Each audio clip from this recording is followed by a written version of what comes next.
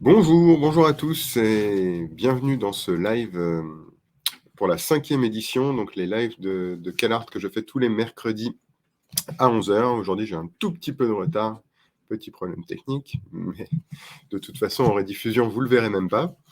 Je suis très content d'animer ces lives et en fait, chaque semaine, vous avez des questions qui reviennent et en général, vous m'en parlez en message privé derrière. N'hésitez pas à mettre des commentaires publics, ça peut servir à tout le monde.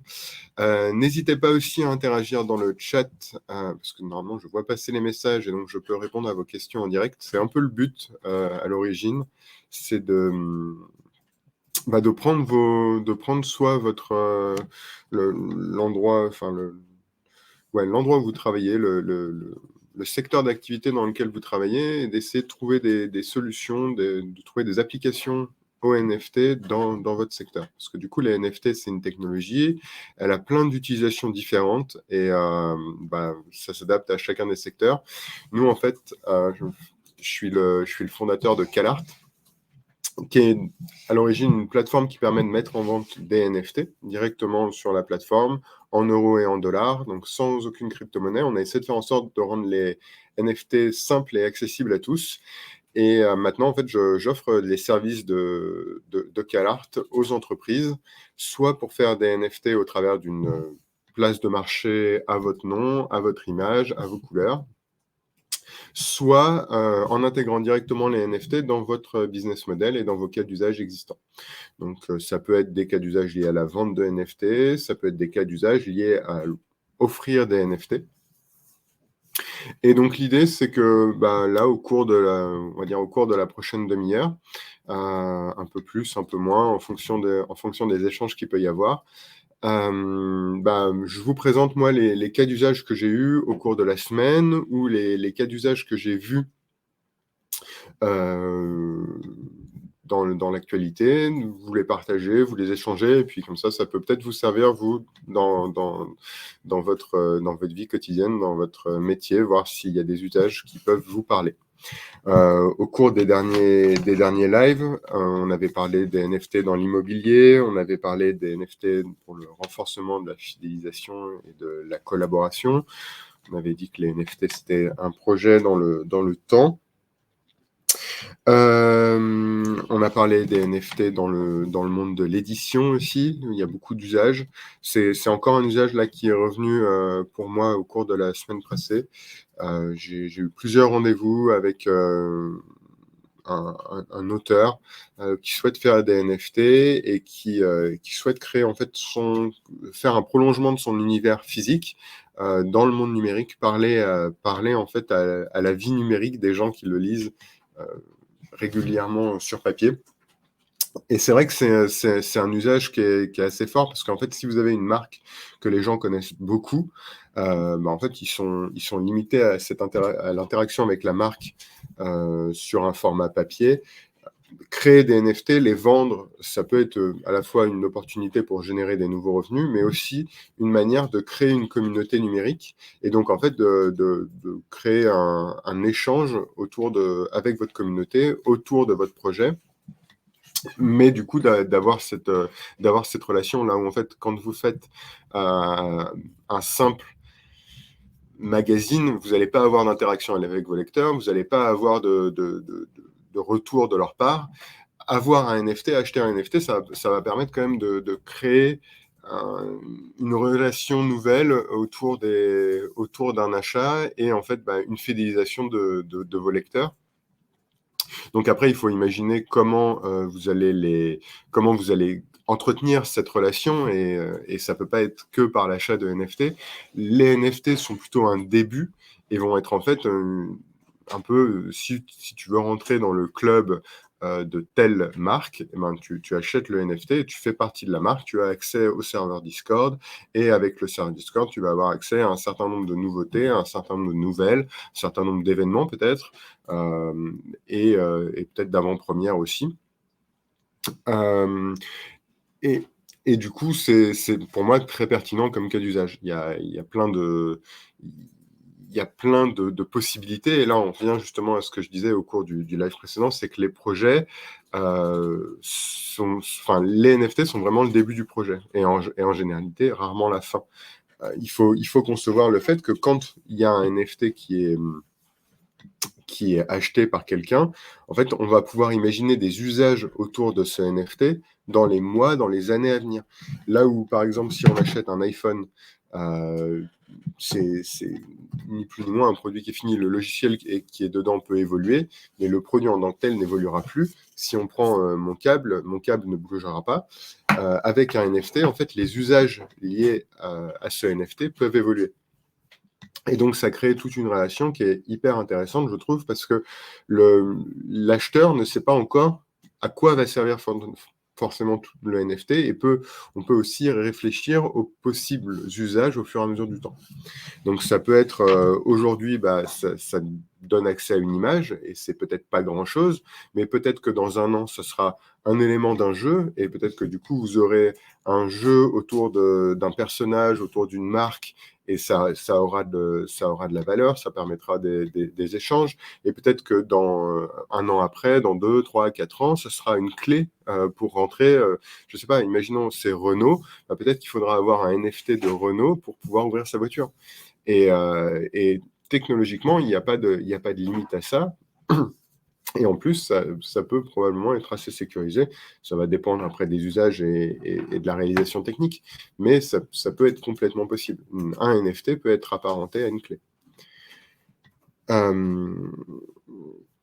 Donc, j'aime beaucoup du coup voilà ce monde qu'il y a autour de l'édition parce que ça permet vraiment de créer un nouvel univers à quelque chose qui existe déjà. Ça peut être une communauté déjà très forte avec des millions de lecteurs tous les ans, mais qui n'existe pas en ligne. Et en fait, c'est en réalité, je trouve que c'est un manque parce que aujourd'hui, on est plutôt dans des relations qui sont multicanales, où en fait, vous allez pouvoir parler à vos clients dans un monde physique, à vos clients dans un monde numérique. Et du coup, les NFT sont souvent un peu ce pendant numérique à un élément physique. Et j'en discutais d'ailleurs il y a pas longtemps, à même une carte de fidélité. La carte de fidélité aujourd'hui, elle est éminemment physique. Elle a aucune personnalisation, elle a très peu d'intérêt. Le NFT pourrait être beaucoup plus personnalisé et apporter en fait la même identification d'un client et permettre en fait à un client à une marque d'identifier facilement un client et de lui adosser un certain nombre de services.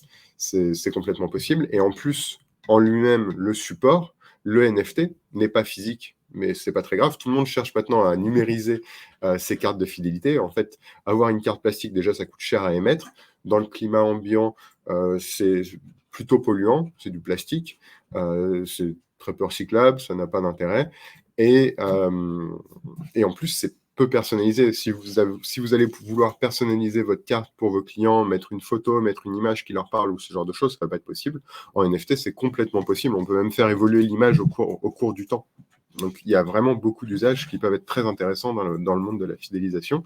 Et du coup, dans ce rapprochement entre les deux mondes, même pour une marque qui est éminemment physique, justement, en fait, les NFT sont une opportunité de rentrer dans un monde numérique et d'en profiter.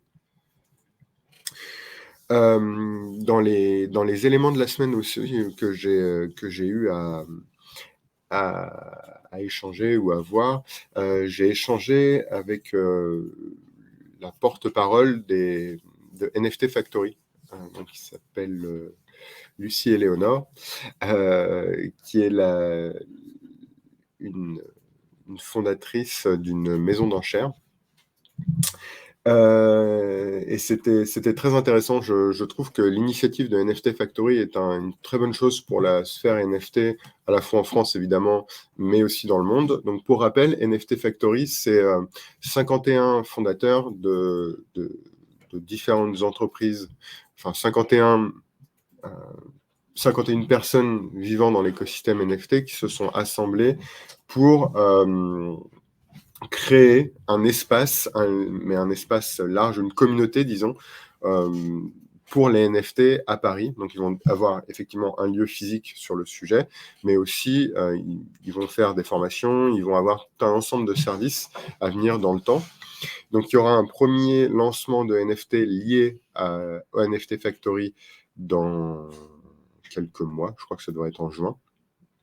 Donc, ce sera une première occasion de pouvoir un peu rejoindre l'aventure NFT Factory. Et sinon, en fait, ça va être un vrai lieu d'échange dans lequel on pourra rentrer avec un café, par exemple, ou ce genre de choses, pour pouvoir échanger autour de la communauté NFT d'une manière générale. Et je pense que c'est une excellente chose qu'il y ait cette initiative. Parce que, en fait, aujourd'hui, les NFT ont beaucoup besoin de pédagogie et il y a beaucoup d'idées reçues sur le sujet et peu sont vraies.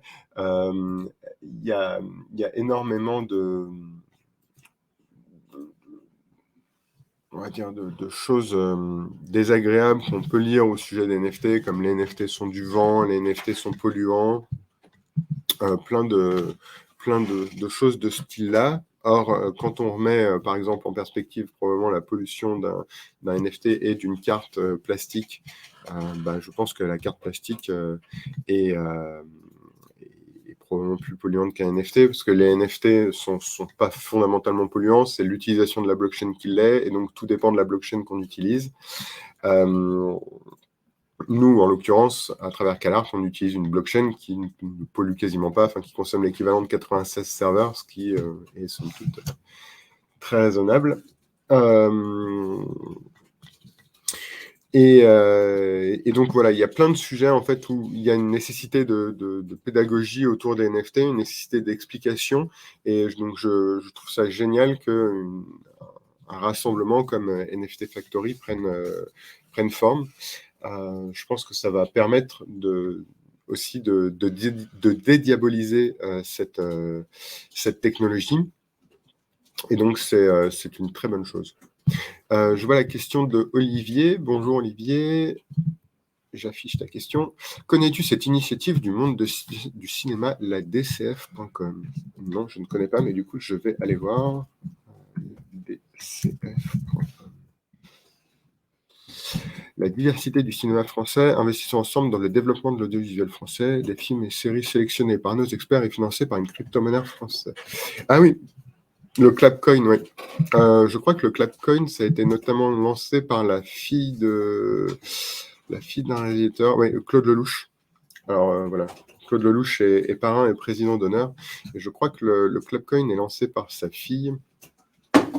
C'est ça, Sarah Lelouch. Alors, je connais l'initiative, je n'en connais pas forcément tous les détails, mais c'est effectivement une des utilisations des NFT, c'est un peu le sujet de la prévente. C'est-à-dire que là, on est un peu dans un monde de la production, c'est-à-dire qu'il va falloir financer en amont du contenu, là en l'occurrence audiovisuel, du cinéma. Et donc en fait, la vente de NFT va permettre de financer la création de contenu et va permettre de dire, je sors tel film, voilà mon projet, voilà le scénario, voilà le casting, et j'ai besoin de financement. Et donc en fait, en achetant, je crois, des claps, ça permet de donner son avis, je crois, sur les films qui vont être sélectionnés. Et donc en fait, les claps permettent ensuite de financer le projet. Donc en fait, on achète des claps, donc c'est une crypto-monnaie.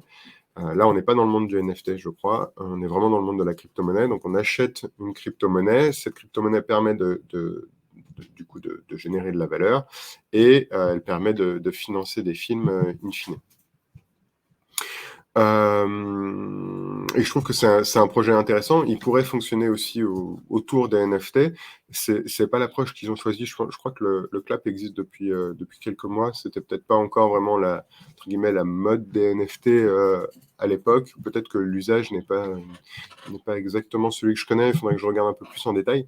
Mais en tous les cas, je trouve cet usage très intéressant parce que on est vraiment dans un monde où du coup la production, le financement, parce que la production c'est plus large que le financement, mais en tout cas le financement permet d'être un peu plus décentralisé et en fait, ça permet pour moi aux créateurs de contenu de récupérer la main, sur le financement et donc peut-être d'avoir quelque chose qui est plus proche, potentiellement de l'audimat.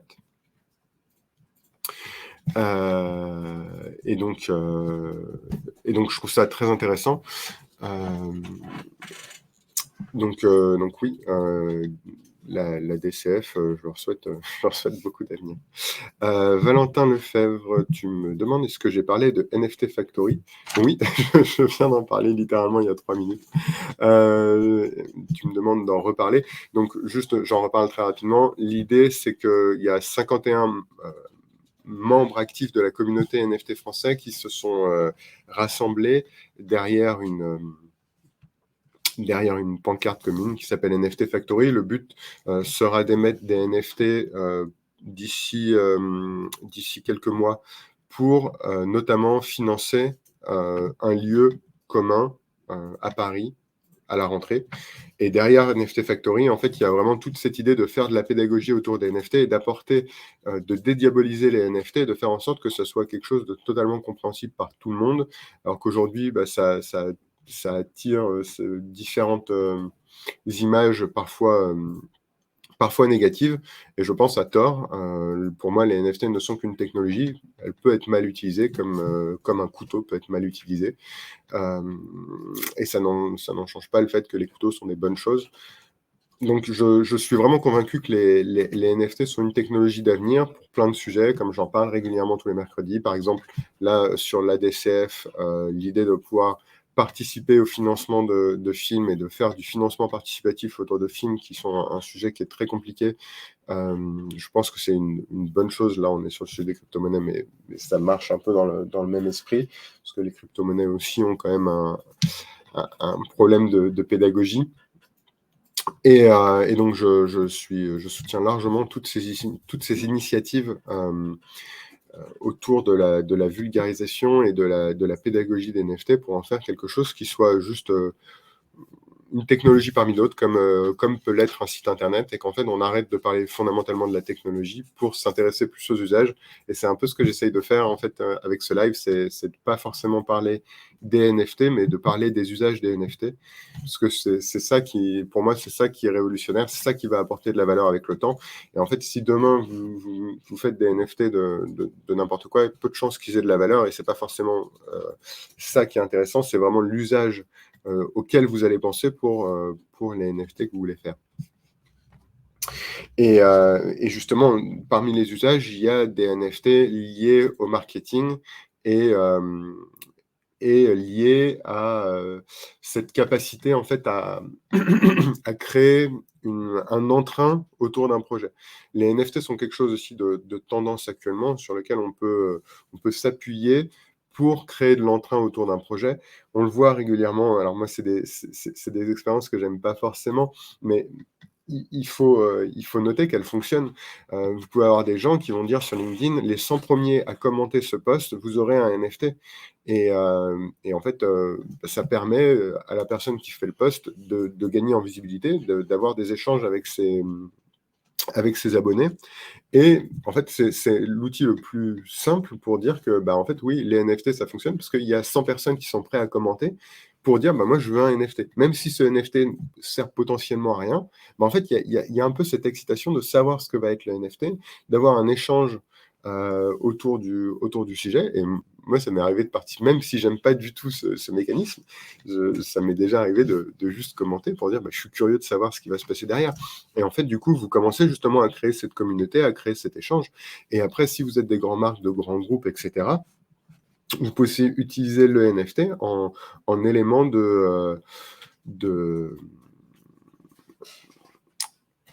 en élément de pédagogie presque, d'échange. Vous allez pouvoir dire, je te donne un NFT pour que tu découvres ce que c'est. Et littéralement, en fait, on n'est plus dans le système de la vente et on n'est pas dans l'idée de tirer des revenus à court terme d'une vente de NFT, mais on est dans une idée d'embarquer quelqu'un dans une aventure autour des NFT et de transmettre en fait l'idée que, en tant que marque, on peut apporter, avoir avoir une image dynamique et apporter son savoir-faire sur un sujet et l'expliquer au plus grand nombre.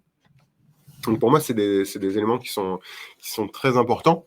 Et par exemple, NFT Factory pourra le faire, mais je pense que les marques aussi vont devoir embrasser ce point et porter la flamme, prouver que les NFT, c'est pas que le mal et que c'est juste une super technologie pour objectifier en quelque sorte, le monde numérique. Et pour moi, ça a vraiment plein de facettes qui sont pas forcément dans l'immédiateté, comme je le disais, mais sur le long terme.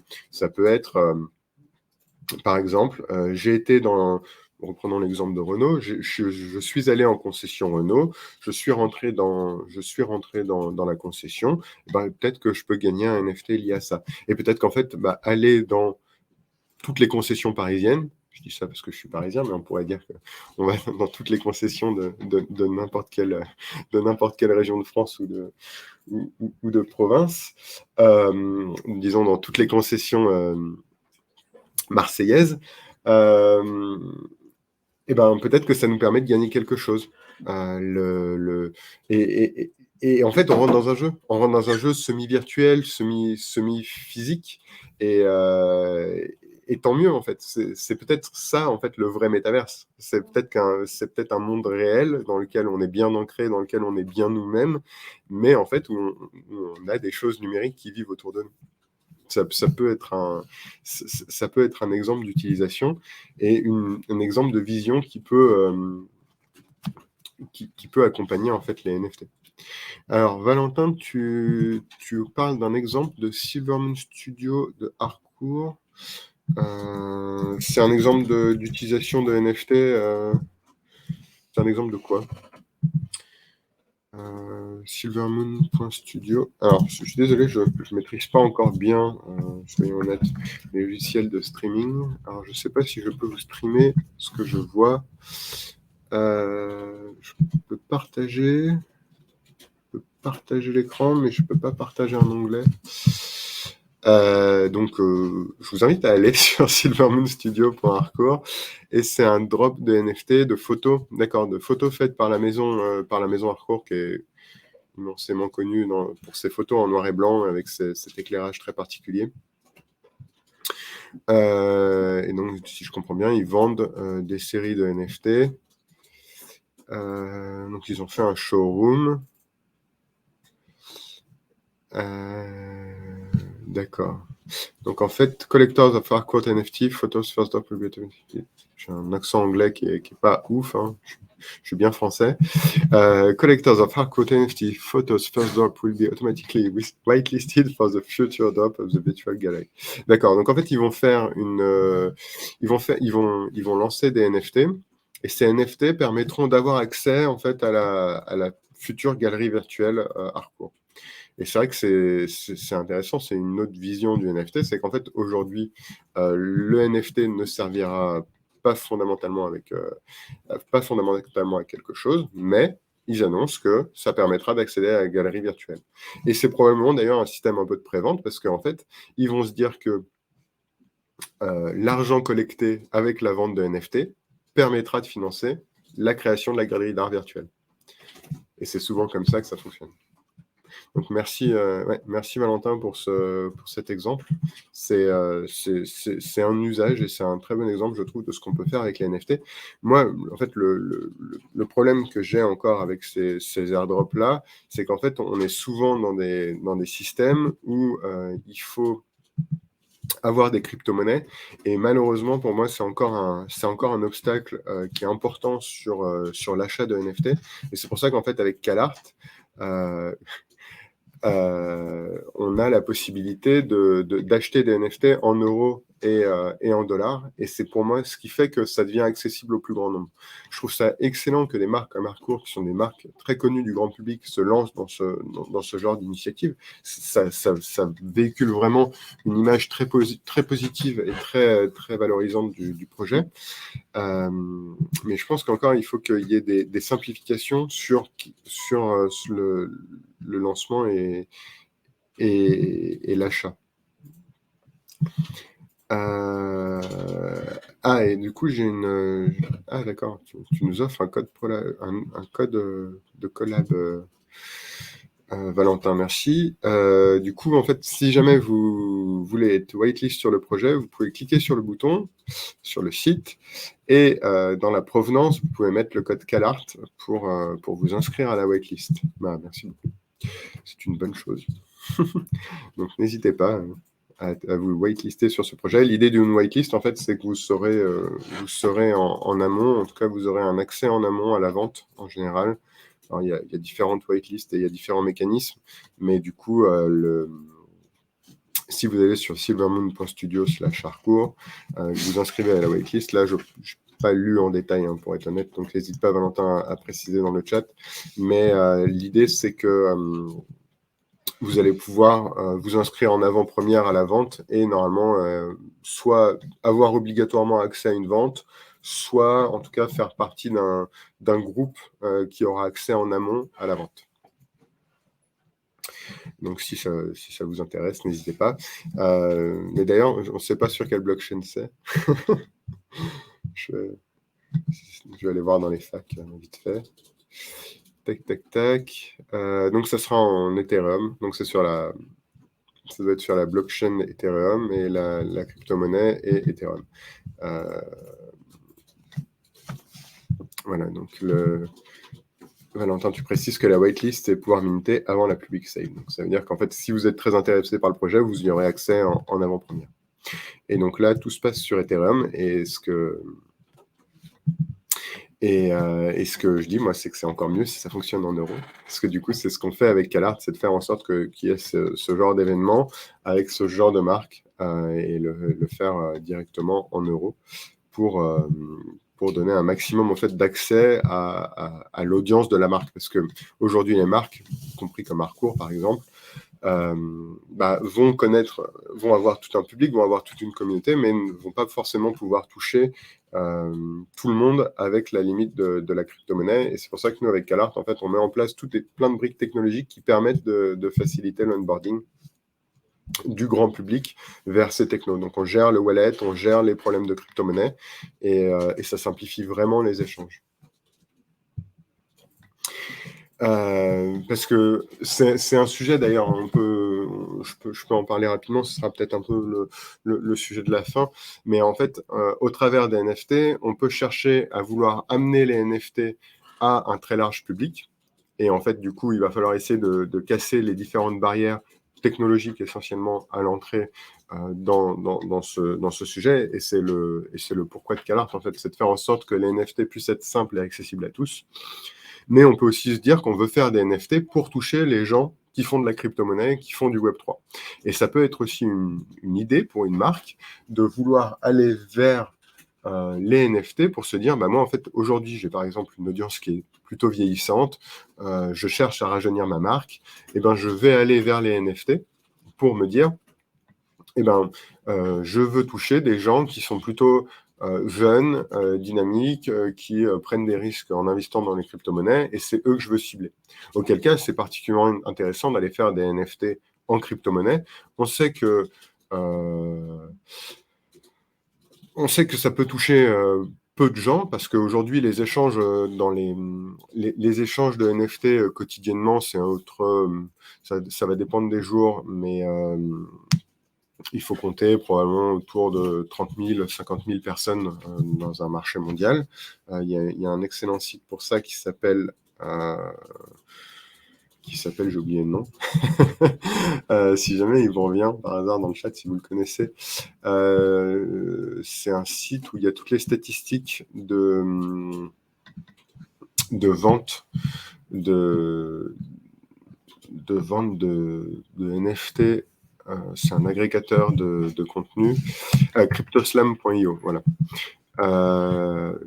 J'essaie de vous le publier. Je ne sais pas s'il va passer. Il est passé sur Twitch, sur LinkedIn. Je vais demander à ce qu'on vous l'écrive. Mais donc sur cryptoslam.io, en fait, vous avez accès au nombre de ventes qui ont eu lieu en 24 heures, sur 7 jours, sur 30 jours. Bon, là, c'était 50 000, par exemple. Il y a eu 50 000 acheteurs différents en 24 heures sur les NFT. Mais voilà, c'est du coup un marché d'un point de vue mondial qui n'est pas forcément gigantesque. Or, en fait, si on passe en euros et en dollars, ça peut être hyper intéressant parce que là, on peut toucher potentiellement beaucoup plus de gens. Par contre, on peut se dire aussi qu'on veut toucher ces 50 000 personnes-là potentiellement. Si on prend sur 7 jours, je crois qu'il doit y avoir quand même beaucoup plus. Il y a 200 000 personnes sur 7 jours. Donc le marché est peut-être plus intéressant et on peut se dire on veut se projeter sur 200 000 personnes et vouloir toucher ces 200 000 personnes-là. Auquel cas, c'est peut-être intéressant d'aller spécifiquement vers la crypto-monnaie et d'en s'engager spécifiquement sur le choix de la crypto-monnaie, qui n'est pas encore disponible sur CalArt, qui viendra un jour. Mais si on veut viser peut-être 99% de sa communauté, c'est aussi intéressant d'aller sur des plateformes comme nous, par exemple.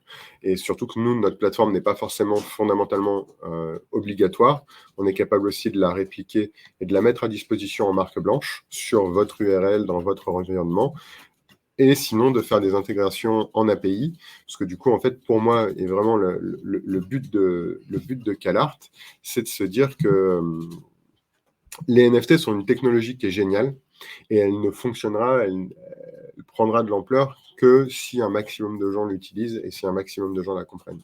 Je ne cherche pas à faire en sorte que CalArt soit une plateforme comme OpenSea qui agrège tout le trafic et qui soit un peu une place centrale, ce qui n'a aucun sens dans la logique des NFT. Pour moi, CalArt, comme les plateformes, comme les intégrations qui existent, sont des moyens d'avancer et les moyens de fédérer autour des NFT, les moyens de convaincre les gens de l'utilité des NFT, donc de réduire les barrières techniques, de réduire tous les freins et de faire en sorte qu'il y ait des achats en NFT possibles. Donc, n'hésitez pas si vous avez des questions autour des NFT, n'hésitez pas à interagir. Je serai encore en live la semaine prochaine. Merci à Valentin pour les échanges. Merci Olivier. Merci aux autres qui étaient là et j'ai vu que vous étiez plus nombreux que d'habitude aujourd'hui. En live, ce sera encore le cas du coup mercredi prochain à 11h. S'il y a des questions qui vous viennent, n'hésitez pas à les poser en avance. Ça me permet un peu d'y réfléchir, d'y travailler en avance, comme pour la DCF par exemple que tu mentionnais Olivier. Je vais regarder un peu, j'en parlerai mercredi prochain plus en détail.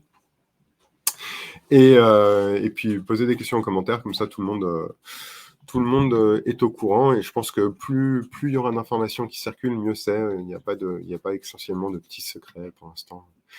C'est quand même une phase où il y a beaucoup de choses à savoir, il y a beaucoup de choses à faire et il y a de la place pour tout le monde. Donc, vaut mieux que l'information s'échange. C'est là où ça sera le plus productif pour tout le monde à la fin, je pense. Je vous souhaite une bonne journée. Et puis, à mercredi prochain ou à bientôt en rediffusion. Je vais remettre un peu de musique. Aujourd'hui, ça va être dans le cosmos. Tiens.